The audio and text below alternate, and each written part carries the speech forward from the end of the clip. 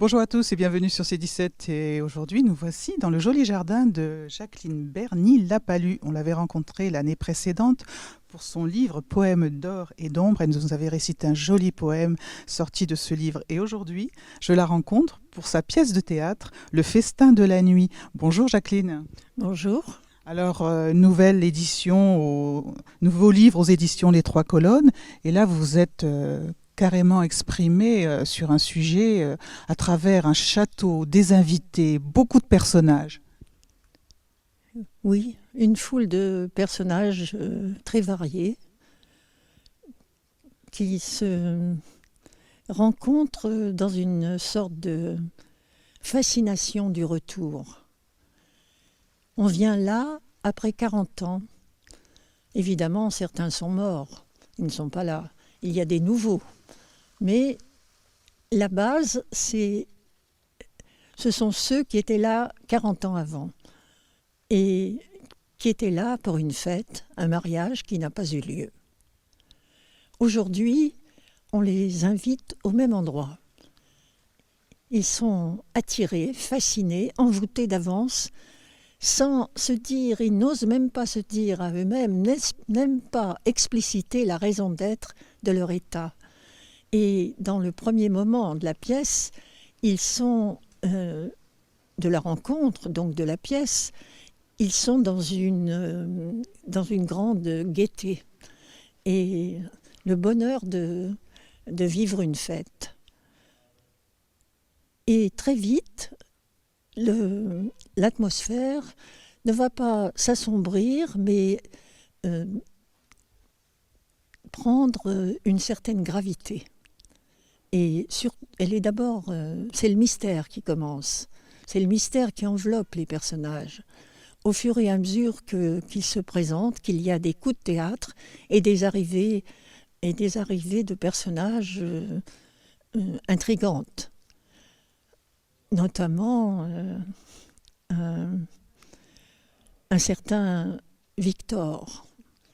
Un certain Victor qu'on a vu au début de la pièce, qui est arrivé tout seul par les remparts, comme s'il connaissait par cœur les lieux, et qui avait le masque de l'intrus, du vagabond, qui était le chef des vagabonds qui se trouvait dans le vallon, et qui dit avoir entendu parler de cette invitation. Au début, Ariel, le préposé à l'accueil, repousse ce vagabond, mais très vite, il a l'intuition d'un personnage particulier. Et sans savoir exactement qui il est, il lui donne la permission de venir avec ses amis. Et parmi les coups de théâtre, il y aura l'irruption des vagabonds. Jacqueline, il y a les éruptions des vagabonds. En fait, il y en a une seule. Une seule qui saisit les invités, les terrorise. Ariel, très vite, les rassure et les accueille. L'échange des répliques, là, est assez amusant, mais bon, on n'a pas le temps d'en parler. Ils répondent à l'accueil.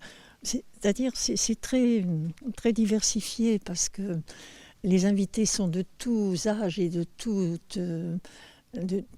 caractère, de tout milieu, et donc ils comprennent plus ou moins vite les choses et ils n'ont pas les mêmes tempéraments. Alors certains sont dubitatifs, d'autres au contraire, oui, on vous accueille, etc. Alors, c'est... Je peux citer quelques-uns de vos personnages, Victor, Ariane, Ariel, Axel, Lucie, Paula. Oui, alors Lucie, Paula, ce sont deux camarades de classe d'autrefois qui sont devenus grand-mères. Et quant à Victor, lui... C'est pas grave. Victor, lui, il est polyvalent. Parce qu'il va jouer le rôle à un moment donné d'un chevalier quand Ariel fait visiter le château. Il est celui qui est le chef des vagabonds, des faux vagabonds. Il est celui qui va faire avancer le dialogue autour de l'attente, à propos de l'attente de